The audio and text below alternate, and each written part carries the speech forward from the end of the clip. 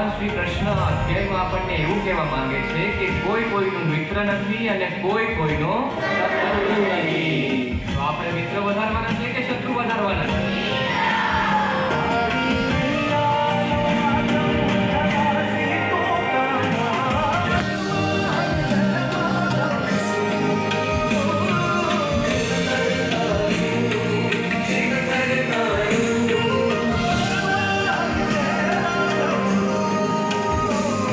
પરીક્ષા આવવાની છે નહીં નજીક, માર્ચ એપ્રિલમાં. કેવું છે, બીક લાગે કે નહીં? 10માની એક્ઝામ એ કઈ જીવનની એક્ઝામ નથી. એટલે લગી તો ભણવાનું જ છે હજી તમે. અને જીવનમાં કેટલી પરીક્ષાઓ થશે, અને ત્યારે આપણે જો આવી રીતે ડરીશું, હતાશ થઈ જશે તો મેળ નહીં પડે. આપણે પેલું સાંભળીએ ને, લોકો છાપામાં ન્યૂઝ નહીં આવતા કે ભાઈ દવા પી લીધી, સુસાઇડ કરી લીધું. એ ખોટી વસ્તુ છે. એટલે આમાં કેવું છે કે તમે વિચારો કે છોકરાઓમાં કેટલો ડર હશે અંદર. એ ડર નથી રાખવાનો. અર્જુનને ઓળખો?